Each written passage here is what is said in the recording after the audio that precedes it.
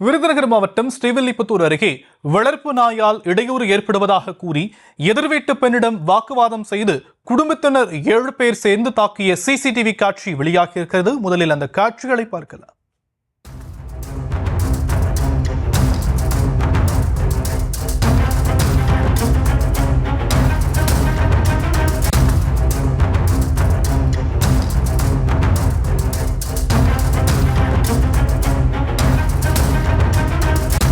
இது பற்றிய மேலும் விவரங்களை செய்தியாளர் செந்தில்குமார் வழங்க நாம் கேட்கலாம். செந்தில்குமார், தாக்குதலில் ஈடுபட்டவர்கள் மீது இப்போது வரைக்கும் என்ன நடவடிக்கை எடுக்கப்பட்டிருக்கு?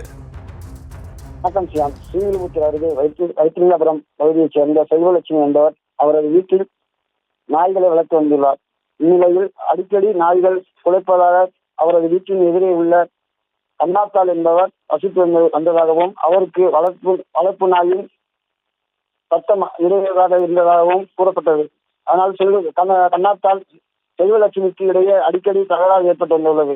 இந்நிலையில் செல்வலட்சுமி வளர்த்த நாய் வெகு நேரமாக குலைத்ததாக, இதனால் கண்ணாத்தாள் வீட்டின் வெளியே நின்று திட்டியதாக. இதனால் ஆத்திரமடைந்த செல்வலட்சுமி அவரது உறவினர்களான தமிழ்ச்செல்வி, கவிதா, சாஞ்சிராணி, லட்சுமி ஆகியோர் 7 பேர் ஒன்றாக சேர்ந்து கண்ணாத்தாளை தாக்கியதாக சரமாரியாக தாக்கியதாக கூறப்படுகிறது. இந்த நிலையில் பலத்த காயமடைந்த கண்ணாத்தாள் பன்னியம்பட்டி காவல் நிலையத்தில் புகார் அளித்ததார் அடிப்படையில் சிசிடிவி காட்சிகளை வைத்து கண்ணாத்தாள் கொடுத்த புகாரின் அடிப்படையில் 7 பேர் மீது வழக்கு பதிவு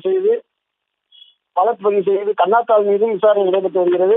இதனால் தேடி வரும் 7 பேரை விரிவான விவரங்களுக்கு நன்றி செந்தில்குமார்.